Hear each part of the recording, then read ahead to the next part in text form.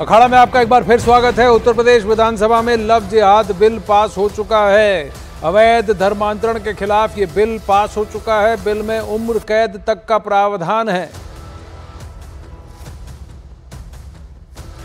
अमित सिंह जुड़ रहे हैं। अमित, बताइए, आज सुबह काफी कुछ कहा गया था इस बिल को लेकर के, पर सदन में अब ये पास हो चुका है।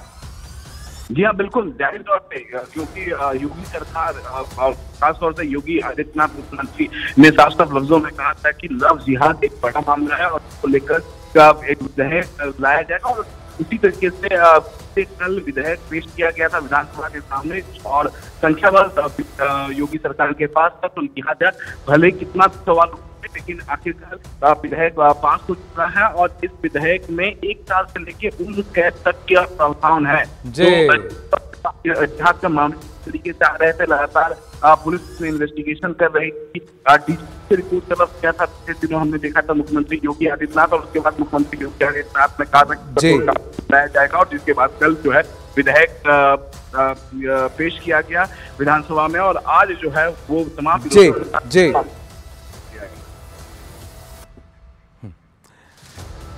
योगी सरकार के नए कानून के मुताबिक लव जिहाद पर 10 साल के बजाय अब आजीवन कारावास की सजा हो सकती है। योगी सरकार के इस फैसले के बाद अब सियासत भी शुरू हो गई है। देखिए ये रिपोर्ट। एंटी रोमियो स्क्वाड का जब हमने गठन किया था, सबसे पहले समाजवादी पार्टी ने इसका विरोध किया। वो यही चाहते हैं कि हिंदू मुसलमान का झगड़ा रहे। हर चीज के ऊपर तो पाबंदी लगाते हैं। लव जिहाद के खिलाफ योगी सरकार का सख्त कदम। लव जिहाद के सूत्रधार अब उम्र कैद के लिए रहें तैयार। इस खबर को महिलाओं से अपराध के खिलाफ योगी सरकार की जीरो टॉलरेंस वाली नीति का एक्सटेंशन माना जा सकता है, क्योंकि अब अगर कोई शख्स लव जिहाद की साजिश को अंजाम देता है तो उसे 10 साल नहीं बल्कि उम्र भर की कैद हो सकती है, या फिर उस पर 5 लाख रुपए का जुर्माना लगाया जा सकता है। सदन में इसी मुद्दे पर अपनी बातों को आगे बढ़ाते हुए सीएम योगी आदित्यनाथ ने लगे हाथ समाजवादी पार्टी को भी घेर लिया। एंटी रोमियो स्क्वाड का जब हमने गठन किया था, सबसे पहले समाजवादी पार्टी ने इसका विरोध किया था। उसने विरोध किया था और मुझे बोलने में भी कोई संकोच नहीं है कि महिला संबंधी अपराध से जुड़े हुए ज्यादातर मामलों में समाजवादी पार्टी से डायरेक्ट या इनडायरेक्ट जुड़े हुए लोग उसमें इन्वॉल्व पाए जाते हैं। और यही नहीं, महिला संबंधी अपराध में ये उस पीढ़ी का प्रतिनिधित्व करते हैं, ये उस पीढ़ी का प्रतिनिधित्व करते हैं जिसने कहा था कि लड़के हैं गलती कर देते हैं। हर थाने में, जो प्रदेश के अंदर 1585 थाने हैं, इन 1585 थानों में महिला हेल्प डेस्क अलग से बना करके एक व्यवस्था बनाई है। और 2020 से हमारी सरकार पूरे प्रदेश के अंदर मिशन शक्ति के एक अभियान को आगे बढ़ा रही है। मिशन शक्ति के अंतर्गत पिछले 7 वर्ष में हम लोगों ने लगभग 1.5 लाख पुलिस कार्मिकों की भर्ती की है प्रदेश के पुलिस बल में। लेकिन लव जिहाद पर सरकार की सख्ती समाजवादी पार्टी के नेता अखिलेश यादव को रास नहीं आ रही है। सरकार पर निशाना साधते हुए अखिलेश ने कहा वो चाहते हैं हिंदू मुस्लिम का झगड़ा चलता रहे। वो यही चाहते हैं कि हिंदू मुसलमान का झगड़ा रहे, इसी तरह की विवादों में उलझे रहें।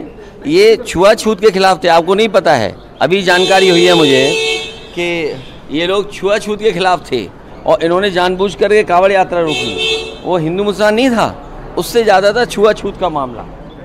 ये छुआछूत के लिए भी कानून लाएंगे कि नहीं लाएंगे? ये लोग छुआछूत के लिए भी कानून लाएंगे।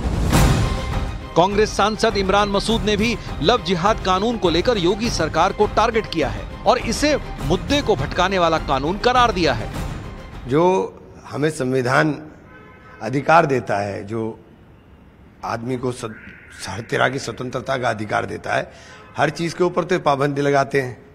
मैं इस चीज़ का समर्थन नहीं कर रहा हूँ कि मैं लव जिहाद को बहुत अच्छा मानता हूँ या कोई, क्योंकि सामाजिक ताने बाने को जो चीज़ नुकसान दे वो नहीं होनी चाहिए। लेकिन कानून का रास्ता है, कानून में ऑलरेडी सारे प्रोविजंस हैं। जिन चीज़ की आज ज़रूरत है, सबसे पहले ज़रूरत है मोब लिंचिंग की।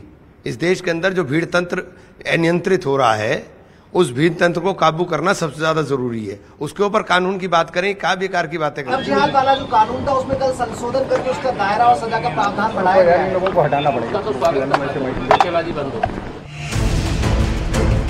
समाजवादी पार्टी के नेता सनातन पांडे इस मुद्दे पर एक कदम आगे बढ़ गए। उन्होंने सरकार के फैसले को काला कानून ही करार दे दिया। यह भारत के लिए काला कानून है और उत्तर प्रदेश के लिए भी। यह किसी विशेष जाति को प्रभावित करने के लिए कानून लाया गया है। उसके पीछे इनकी मंशा साफ नहीं है। लव भी हो, जिहाद हो, उसके लिए कानून बना है। भारत में से पहले से भी कानून बने हुए हैं जिसमें गलत काम करने पर उनको सजा का प्रावधान है। मानना यह है कि इस तरह के जो कानून हैं उनका कहीं ना कहीं दुरुपयोग होता है। जैसे रेप केस को लेकर बहुत सारे लड़के नाजायज़ तरीके से, गलत तरीके से रेप केस में फंसे हुए हैं। जैसे ट्रिपल तलाक को लेकर बहुत सारी लेडीज़ ने मर्दों के ऊपर केस किए हुए हैं। ऐसे ही ये कानून भी कहीं ना कहीं मिसयूज होगा।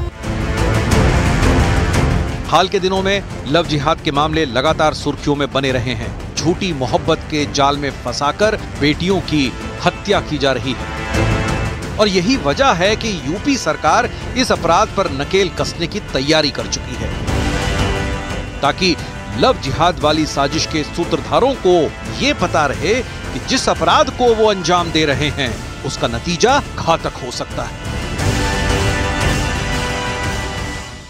उत्तर प्रदेश विधानसभा में आजकल अलग ही माहौल चल रहा है। माता प्रसाद पांडे को जब से अखिलेश ने नेता प्रतिपक्ष बनाया है तब से शिवपाल यादव भी सियासत के सेंटर पॉइंट में आ गए हैं।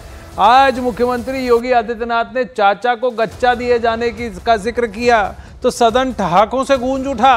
इसके बाद शिवपाल ने भी जवाब दिया, सुनिए।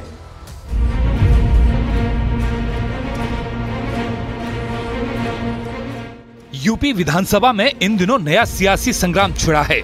चयन के लिए मैं आपको बधाई देता हूं। ठीक है, अलग विषय है कि आपने चचा को गच्चा दे ही दिया।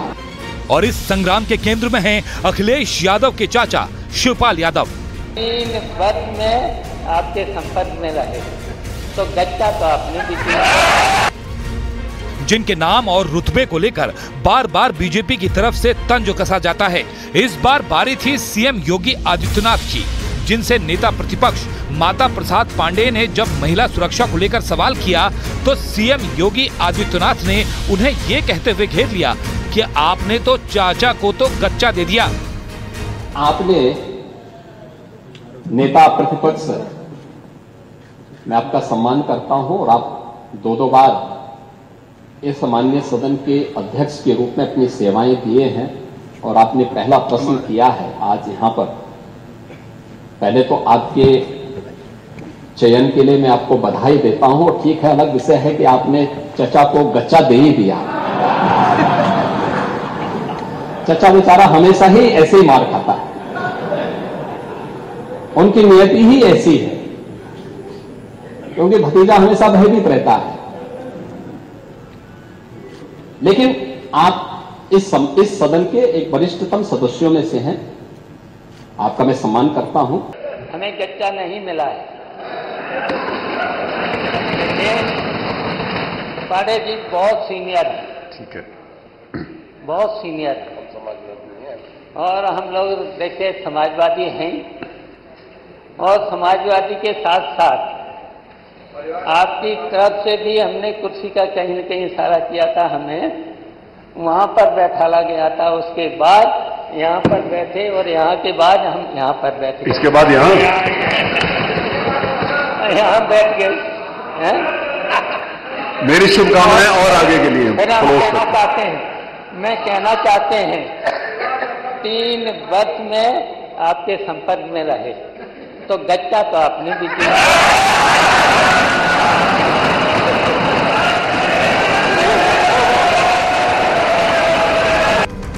सीएम योगी का तंज समाजवादी कुनबे को लेकर था, लिहाजा खुद अखिलेश यादव और उनकी पत्नी डिंपल यादव ने मोर्चा संभाल लिया।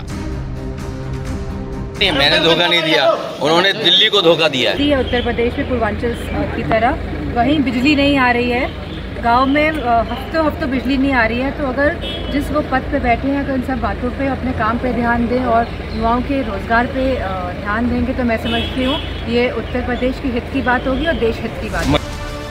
दरअसल नेता प्रतिपक्ष की रेस में माता प्रसाद पांडे से पहले शिवपाल यादव के ही नाम की चर्चा सबसे ऊपर थी, लेकिन ऐन मौके पर अखिलेश यादव ने ब्राह्मण कार्ड खेलते हुए माता प्रसाद पांडे को नेता प्रतिपक्ष बनवा दिया। यही वजह है कि बीजेपी इसे एक बार फिर समाजवादी पार्टी के गृह कलेश की तरह देख रही है, जबकि समाजवादी कुनबा ऑल इज वेल के दावे कर रहा है।